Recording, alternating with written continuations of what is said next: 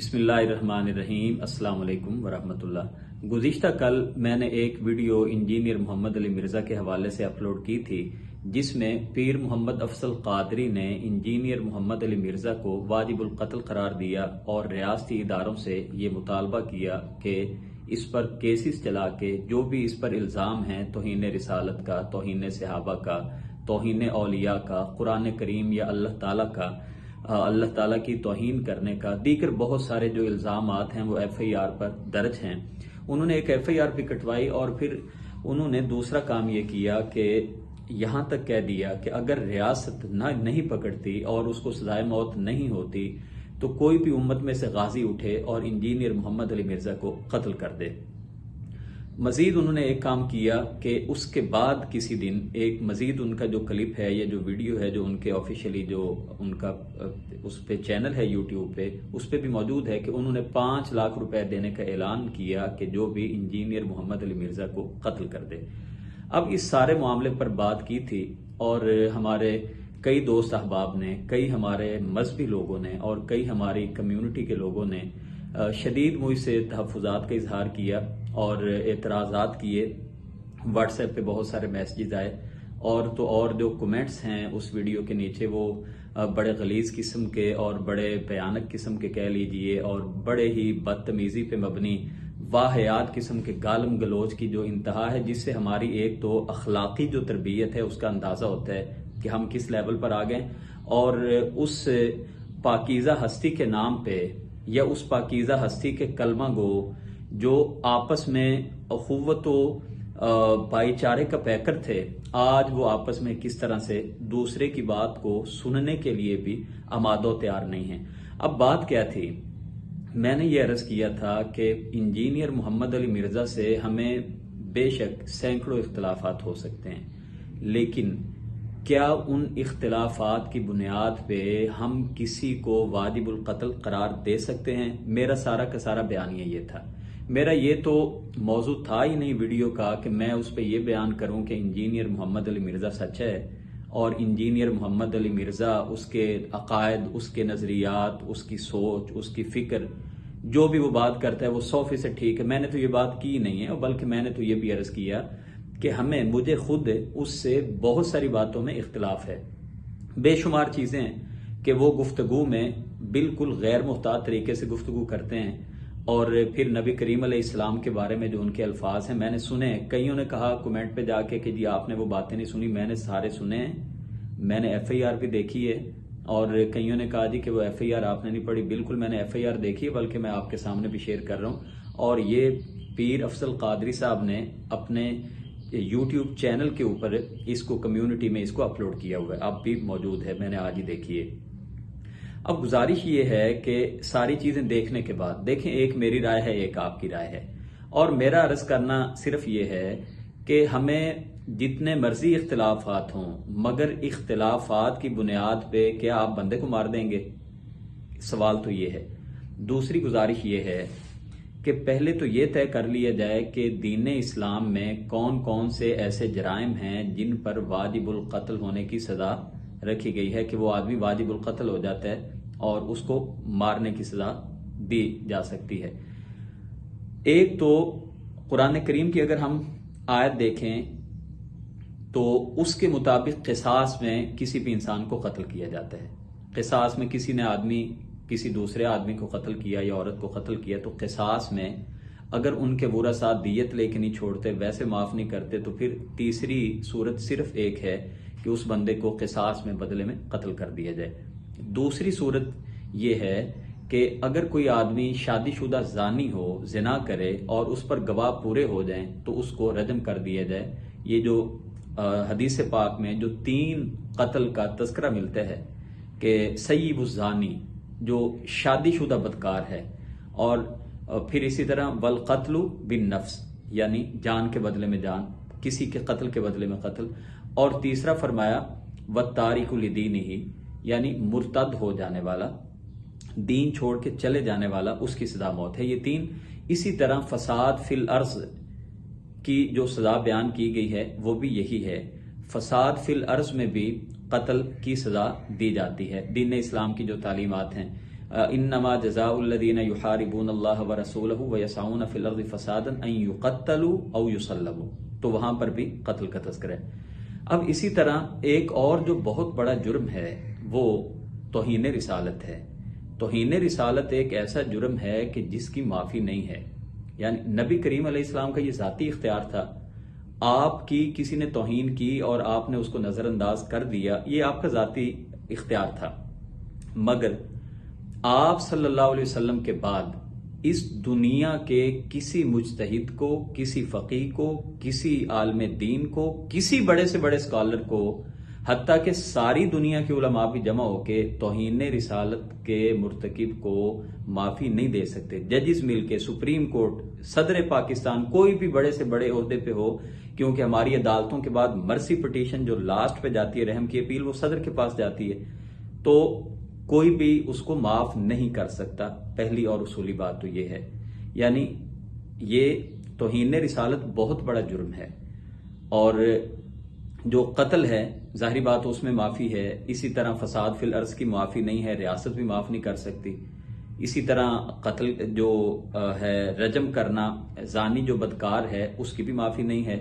اور جو مرتد ہے اس کے اندر یہ ہے کہ السلسلۃ الصحیحہ کی جو حدیث ہے اس کے مطابق یہ ہے کہ مرتد اگر توبہ کر لے تو اس کی گنجائش کی حد تک موجود ہے کہ اس کو قتل نہیں کیا جائے گا اگر وہ دوبارہ اسلام میں واپس آنا چاہے۔ یہ حدیث پاک آپ کے سامنے ہے۔ اب گزارش یہ ہے کہ ہم نے یہ طے کرنا ہے کہ انجینئر محمد علی مرزا کا، اب یہ جو سارا معاملہ ہوا اور مجھے جو جن لوگوں نے یہ کہا جی کہ آپ نے انجینئر محمد علی مرزا کو ڈیفینڈ کیا ہے، یا آپ نے پیر محمد افضل قادری کے خلاف کو بات کی، ایک تو بات یہ ذہن میں رکھیے کہ ہم سب کلمہ گو ہیں اور ہم سب ایک اللہ اور اس کے رسول کے ماننے والے ہیں، ہمارا دین ایک ہے، ہماری کتاب قرآن کریم ایک ہے، اور ہم ایک ہی نبی کے امتی ہیں، تمام کے تمام۔ ہماری جو سوچوں کا اختلاف ہے یہ ہونا ایک فطرتی امر ہے۔ میری ایک رائے ہے تو میری رائے کا یہ مطلب بالکل نہیں ہے کہ میں جس مسلک پہ ہوں اس کے سوا جتنے بھی مسالک ہیں وہ تمام کے تمام غلط ہیں، یا میں ان کو مورد الزام ٹھہرانا چاہ رہا ہوں۔ میں نے آپ کے سامنے ایک سمپلی سی یہ بات کی تھی کہ عام طور پہ توہین رسالت کے جو اعتراضات اٹھتے ہیں غیر مسالک پہ، ان میں سے ایک بڑی تعداد ایک خاص مکتبہ فکر کی ہے، میں نے یہ بات کی تھی، اور اس کے پیچھے وہ چند وجوہات ہیں کہ جی یہ کام یہ آدمی یہ مسلک یہ کام نہیں کرتے لہذا یہ گستاخ رسول ہیں، یہ توہین رسالت کر رہے ہیں۔ میں نے کسی پہ انگلی نہیں اٹھائی تھی، اور تمام مسلک کے جو ماننے والے ہوتے ہیں اس مسلک خاص کے، وہ بریلوی ہو، دیوبندی ہو، اہل حدیث ہو یا اہل تشیع، وہ تمام ایک جیسے نہیں ہوتے۔ چند لوگ ان میں ہوتے ہیں جو انتشار اور فتنہ پھیلانے والے، اور جنہوں نے میری ویڈیو کے نیچے بھی وہ کمنٹ کیے اور اپنے مسلک کو اور اپنے والدین کی تربیت کو اور اپنے اساتذہ کی تربیت کو بھی یہ ثابت کیا کہ ہمارے اندر برداشت نہیں۔ میں نے ایک بات کی اور میں نے کسی کو بلیم نہیں کیا، ٹھیک ہے، یہ بات کہ کوئی بھی آپ کسی کے خلاف کفر کا فتویٰ لگا دیں، کسی کے خلاف اگر کوئی بھی، اور یہ کوئی آج نہیں ہوا، پہلے بھی ایسا ہوتا رہا ہے، یعنی آپ ایک اتنی بڑی ہستی ہے تو ہمیں چاہیے کہ ہم سب سے پہلے یہ تو دیکھیں کہ جس ہستی کے نام پہ ہم کسی کے قتل کا فتویٰ لگا رہے ہیں وہ ہستی نے اس آدمی کو قتل کرنے کا حکم دیا بھی ہے کہ نہیں ہے۔ اب میں نے گزارش کی توہین رسالت کی سزا تو موت ہے، تو سب سے پہلے ابھی ایک دن پہلے پھر پیر افضل قادری صاحب نے، ظاہری بات ہے وہ بریلوی مکتبہ فکر کے ہیں اور ان کے ساتھ ایک اچھی خاصی جماعت موجود ہے جو اب بھی ویڈیو میں کھڑی ہوئی تھی، اور بہت سارے لوگ ان کے اس موقف کی ترجمانی بھی کر رہے ہیں۔ میں اب دیکھیں چند باتیں سوال کے طور پہ آپ کے سامنے رکھ کے آپ سے اور آپ کے ضمیر سے جواب پوچھنا چاہ رہا ہوں۔ اب دیکھیں سب سے پہلی چیز تو ہم نے یہ طے کرنا ہے کہ اب یہ قطع نظر اس بات کے کہ انجینئر محمد علی مرزا نے کئی بلنڈر کیے ہیں اور بہت ساری گستاخیاں کی ہیں، یہ میں بھی مانتا ہوں، یہ کل میں بات کر چکا ہوں۔ نبی پاک کے بارے میں ایسے الفاظ نہیں استعمال ہونے چاہیے، یہ ادب کا تقاضا ہے کہ ہمیں ایسے، اور نبی پاک کا ادب تو کیا مثالی اور کیا اس کی تو کوئی انتہا نہیں ہے۔ حضور اکرم علیہ السلام کا جو شہر مدینہ ہے اس کے ادب کا عالم یہ ہے کہ کسی نے کہا کہ نبی کریم علیہ السلام کے شہر مدینہ کے بارے میں، شوق و نیاز و عشق کے سانچے میں ڈل کے آ، یہ کوچہ حبیب ہے پلکوں سے چل کے آ، یعنی وہاں پر تو اس طرح سے آپ چلیے کہ پاؤں کی بجائے بھی آپ پلکوں سے چل کے آئیں۔ تو کون بندہ ایسی جسارت کر سکتا ہے؟ اور انجینئر محمد علی مرزا اگر کوئی ایسی توہین کرے اور ہم کہیں کہ اس نے ٹھیک کی ہے، یہ بالکل بات غلط ہے، اور نہ اس کی ان باتوں کو ہم بالکل پروموٹ کرتے ہیں، نہ حمایت کرتے ہیں۔ میں نے کل یہ باتیں کی صحابہ کے بارے میں، اللہ تعالیٰ کے بارے میں، قرآن کے بارے میں، اور صحابہ کرام رضوان اللہ علیہم اجمعین کے بارے میں۔ یہ چیزیں انہوں نے جو کی ہیں وہ بالکل غلط ہے۔ اور دوسری بات، دوسرے مسالک کے بارے میں بھی، دوسروں کے پیروں کے بارے میں بھی، یا جسے آپ کہہ لیں وہ کہتے ہیں بابے، دوسروں کے بابوں کے بارے میں بھی میرا یہ کہنا ہے کہ آپ اس انداز میں بات کریں گے تو پھر آپ پر بھی تنقید ہوگی، آپ پر بھی الزام لگیں گے۔ قرآن کریم نے ہمیں ایک اصول دیا ہے، وَلَا تَسُبُّوا الَّذِينَ يَدْعُونَ مِن دُونِ اللَّهِ فَيَسُبُّوا اللَّهَ عَدْوًا بِغَيْرِ عِلْمٍ، کہ جو غیر اللہ کو پکارتے ہیں ان کو گالی نہ دو، ہوگا کیا وہ جواب میں اللہ تعالیٰ کو دشمنی میں گالی دے دیں گے۔ تو اب یہ اصول آپ دیکھیے نا کتنا بڑا اصول ہے کہ جن کو ہم برا بھلا کہہ رہے ہیں ان کے ماننے والے تو اعتقاد کی حد تک ان سے محبت کرتے ہیں نا، تو آپ ان کے لیے بھی الفاظوں کا چناؤ وہ بالکل محتاط طریقے سے ہونا چاہیے، اس میں کوئی دو رائے نہیں ہے۔ اب گزارش یہ ہے کہ سارا ہمارا معاملہ تو اسی پہ چلا کہ انجینئر محمد علی مرزا کو، اور میرا سارا وہ کل کا جو کلپ تھا وہ اسی پہ تھا کہ یہ کہنا یہ درست نہیں ہے، اور کسی کو یہ حق نہیں پہنچتا کہ ماں برائے عدالت قتل اس کا وہ حکم دے۔ اب سب سے پہلے تو ہم نے یہ طے کرنا ہے کہ کن باتوں پر جو ہے وہ قتل کی اسلام نے اجازت دی ہے، وہ میں نے عرض کر دی ہے۔ قتل کے بدلے میں قتل ہے، اور شادی شدہ بدکار ہے، اسی طرح جو مرتد ہو جائے، اور پھر اسی طرح فساد فی الارض ہے، یا اسی طرح جو توہین رسالت کرنے والا، اور توہین رسالت اتنا سنگین جرم ہے کہ کوئی معاف نہیں کر سکتا۔ پہلی چیز کہ ہم نے یہ دیکھنا ہے کہ کیا اس کی سزا موت ہے۔ دوسری بات اگر ہم یہ دیکھ لیں کہ جس بندے کو ہم کہہ رہے ہیں کہ یہ واجب القتل ہے، اس نے وہ ارتکاب کیا ہے توہین رسالت کا، پہلے یہ تو طے کر لیں، سب سے پہلے تو ہم نے یہ طے کرنا ہے۔ تیسری بات یہ ہے کہ یہ طے کرنا کس نے ہے، ہم نے تو طے نہیں کرنا، اور ایک گاؤں کے چودھری اٹھے اور کہے جی اس نے توہین رسالت کی ہے اور اس کو پھانسی پہ لٹکا دو تو لوگ پڑھ دیں اور اس کو مار دیں، یہ طریقہ بالکل غیر اسلامی، غیر شرعی ہوگا۔ طے کس نے کرنا ہے؟ علماء نے کرنا ہے نا۔ اب دیکھیے پیر محمد افضل قادری نے انجینئر محمد علی مرزا کے بارے میں کہا کہ واجب القتل ہے، دین اسلام سے خارج۔ اب اگلی ویڈیو میں پھر وہ یہی باتیں کر رہے ہیں کہ ہم اپنی بات پہ قائم ہیں۔ اچھا چلے مان لیا جی، اب یہ دیکھا جائے کہ پیر محمد افضل قادری کی اپنی دینی اور علمی حیثیت کیا ہے؟ کیا وہ اتنا پڑھا لکھا انسان یا دین کا علم رکھتے ہیں کہ وہ کسی کے بارے میں قتل کا فتویٰ دے سکتے ہیں؟ اب مزید آگے آئیے، پیر محمد افضل قادری کے جو ہم مسلک ہیں، باقی علماء کو چھوڑ دیں، کیا ان تمام نے پیر افضل قادری کے اس موقف کو حمایت کی نگاہ سے دیکھے؟ اگر دیکھے تو اپنی مساجد میں یہ جو اگلا جمعہ آ رہا ہے اس میں اعلان کریں اور پھر فتویٰ جاری کریں، بڑی مجلسوں میں کہیں کہ جی ہم بھی یہ کام سمجھتے ہیں۔ اگر نہیں سمجھتے تو پھر بزدلی کس بات کی ہے؟ یہی میرا عرض کرنے کا مقصد ہے کہ اکیلا تنہا انسان وہ یہ فیصلہ نہیں کر سکتا۔ کسی کی جان کا مسئلہ، کسی کی توہین کا مسئلہ، یہ تمام علماء جو ہیں، تمام مکاتب فکر کے علماء نے دیکھنا ہے۔ بلکہ میں یہ کہوں گا کہ اس پہ جو دنیا کے اہل علم ہیں، یہ ایک جان کا مسئلہ ہے، اور اگر آپ کسی پہ توہین رسالت فٹ کر رہے ہیں تو پوری بات، اب اس کی بات اگر سنیں تو وہ کہتا ہے جی میں نے یہ الفاظ کہے، تو یہ بات جو اس نے کی ہیں، جتنی بھی کی ہیں، ان کو اہل علم میں رکھا جائے۔ اہل علم اگر یہ کہیں کہ یہ واجب القتل ہے تو پھر بات ایک دوسرا رنگ اور دوسرا رخ اختیار کر سکتی ہے۔ ایک بندے کے کہنے پہ، اور مجھے کئی دوستوں نے یہ کہا جی کہ اس نے بڑی بڑی باتیں کی ہیں جی، اس نے توہین کی ہے، میں نے کہا میں کب اس کو ڈیفینڈ کر رہا ہوں؟ میرا تو سارے بیانیے کا مقصد یہ ہے کہ یہ جو سارا ایک معاملہ بنا ہے یہ غلط ہے کہ سر عام یہ کہنا کہ اس کو قتل کر دیا جائے۔ میرا تو بیانیہ ہی بالکل الگ سے ہے۔ میں نے کب یہ کہا کہ اس نے یہ باتیں نہیں کی؟ جتنی بھی اس نے باتیں کی ہیں، میرے عرض کرنے کا مقصد یہ ہے، یہی ہمارے دین کا، اللہ رسول کا حکم ہے کہ آپ ایک سسٹم کے تحت، آپ ریاست کے تحت آپ چلیں۔ یہ نہیں ہے جس کے ہاتھ میں ایک بندے نے اگر قتل کیا ہے تو کیا ہم خود ہی اس کو پکڑ کے مار دیتے ہیں، یا عدالتوں میں اس پر کیس چلتا ہے، وہ آدمی جیل جاتا ہے، پھر اس کو سزائے موت ہوتی ہے، ایک پورا پروسیس ہے نا۔ اور اگر یہاں پہ یہ کہا جائے جی جس کے ہاتھ میں جو بندہ ہے اس کو مار دے، تو یہاں پہ کیا انارکی اور انتشار پیدا ہوگا۔ تو میں یہ عرض کر رہا ہوں کہ پیر محمد افضل قادری اکیلے کا مطالبہ ہے، اس کے ساتھ جو ان کے مسلک کے خود ٹی ایل پی کے جو قائدین ہیں ان کا موقف اس بارے میں کیا ہے؟ کیا کسی نے واجب القتل قرار دی ہے؟ اب آگے آئیے، بریلوی مکتبہ فکر کے جتنے بڑے بڑے جید علماء ہیں، کیا انہوں نے پیر افضل قادری کے اس موقف کی ترجمانی یا حمایت میں کچھ بات کی ہے کہ جی واجب القتل ہے؟ واقعی ہم بھی اسی بات پہ موقف پہ قائم ہیں۔ اگر یہ سارے بھی کر دیں، اگر سارے بریلوی مکاتب فکر کے علماء بھی کہہ دیں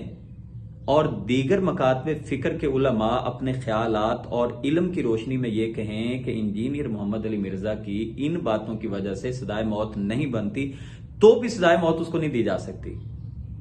اس لیے کہ ہم نے قرآن و حدیث کو دیکھنے کے بعد، ہم نے جو دلائل اور براہین کو، نصوص کو دیکھنے کے بعد کسی کے قتل کا فیصلہ کرنا ہوتا ہے۔ اب ہماری جو ظاہری بات ہے، جب یہ فیصلہ ہو جائے کہ یہ واجب القتل ہے تو پھر یہ سارا معاملہ ہم نے عدالت میں ثابت کرنا ہوتا ہے دلائل کی روشنی میں، اور پھر بھی